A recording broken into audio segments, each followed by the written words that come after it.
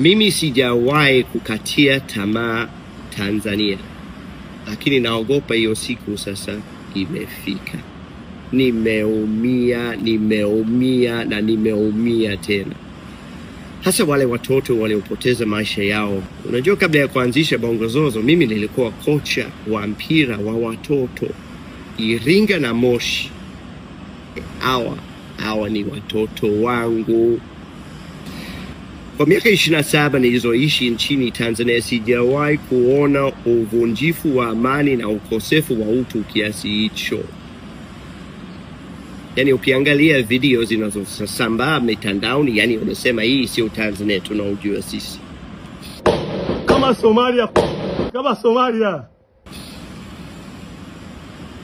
Najitahidi kuongea kwa heshima, lakini siwezi kuridhika nikiona risasi zinatumika kwa raia.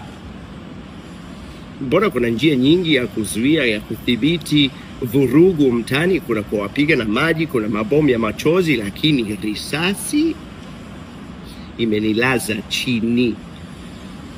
Napinga 100%.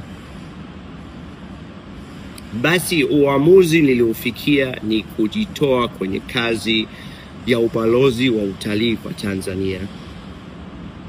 Kazi yenyewe nilipokea kwa moyo mkunjufu, na irudisha kwa moyo mzito sana. Na wapenda sana nyewe wa Tanzania wote, ila inaniwia vigumu kupeperusha bendera na kutangaza Tanzania kama sio nchi ya amani na utu.